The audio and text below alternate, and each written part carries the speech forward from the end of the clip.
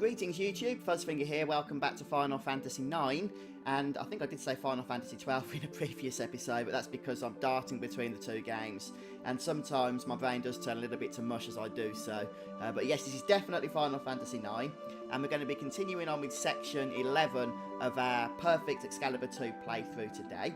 So if you're following along with the GameFaqs walkthrough, which I've linked in the description, not my walkthrough, so big thanks to the author for that, then this is going to cover section D1-11, so the second part of that. It's quite a lengthy section, mainly because of the Chocobo Hot or Cold minigame. You do need quite a lot of luck in getting the two chocographs that we need, but we're going to be continuing on from that point today, so stay tuned.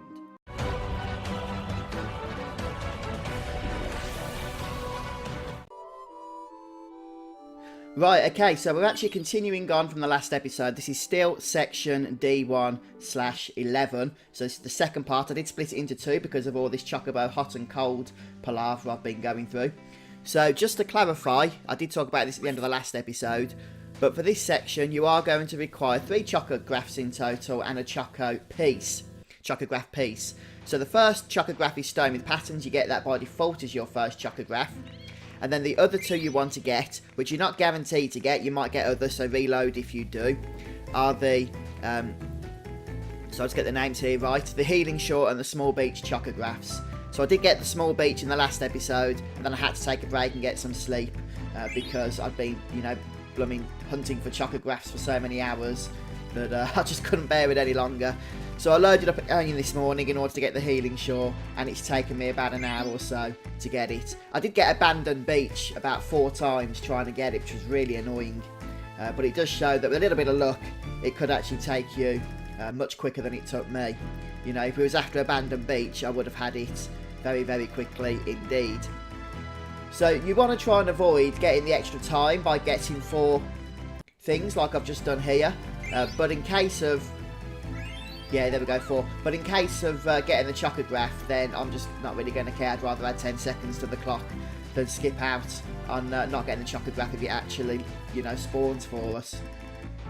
So we'll just finish this one here, since we've already got an extra 10 seconds. I guess it doesn't hurt to get some extra items while we can. Right, there we go. And then just speak with Choco afterwards, just to confirm which chocograph you actually collected.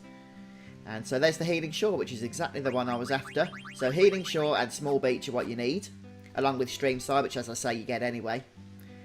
Make sure you've got at least 6 Skyshore Greens as well. I've got 8, but you do need 6 minimum, so purchase some if you don't have that amount.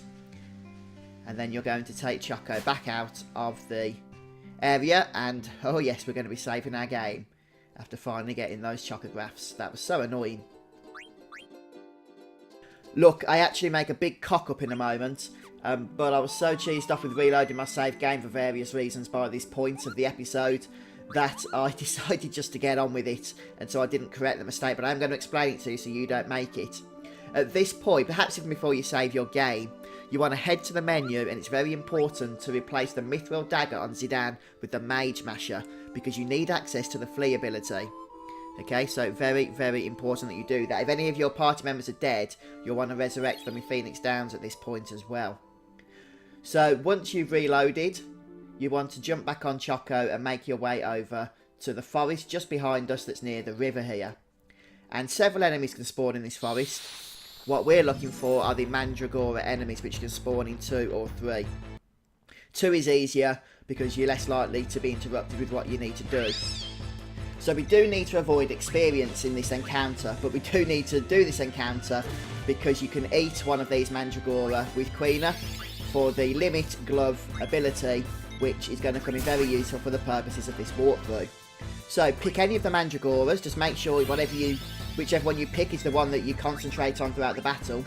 Have Freya attack it, have Vivi cast fire on it, and then have Quina eat it. And that'll give you that Limit Glove ability on Quina. So there's the fire attack, and we are just going to get Zidane resurrected here. And the reason for that is I completely forgot I hadn't given him the Mage Basher. And you need to escape this battle, and using Zidane's Mage Masher is obviously the best way to do that, because he can just use the Flee ability. In a moment though, I'm about to have an oh no type moment when I realised, nope, I didn't give him the Mage Masher. That was because my brain was quite mushed by this point, I'll be honest with you.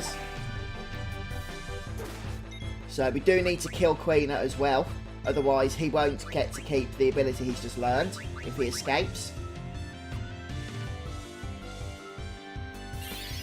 And yep, I don't have it, so what I'm going to do is a manual escape here, which is absolutely fine.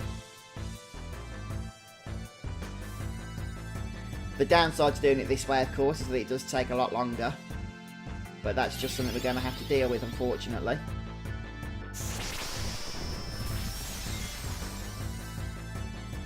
So this one Mandragora is basically soloing our entire party here. What a fool not equipping that item, man. But there we go, we've escaped. Right, so you won't get any experience from that battle.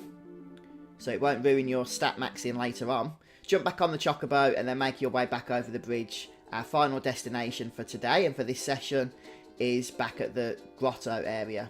So we're not going to go inside, but we're just going to park outside here, hop off, probably just resurrect the team before we save, and that's going to bring us to the end of the episode, pretty much. There we go. And we'll just go for that all-important... Oh yeah, one final thing, make sure you put all of your characters in the back row before you save. Do it now, otherwise you're going to forget, at least I probably would, at the start of the next series, oh sorry, the next session. And then we'll go ahead and save. And there we have it. D1-11 is finally complete.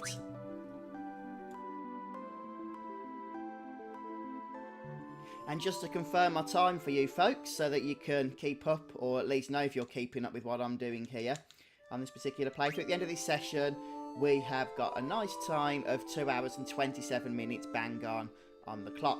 So that's pretty much where you're going to want to be. If you're obviously a lot less than that, then well done. You can probably take it easy throughout the next few episodes. But you want to be around that. Doesn't matter if you're a couple of minutes over. We'll be able to make up that time later on. But there we have it. Alright then guys, so thanks for stopping by today, and do come back soon and we'll carry on with our perfect Excalibur II walkthrough series. Goodbye.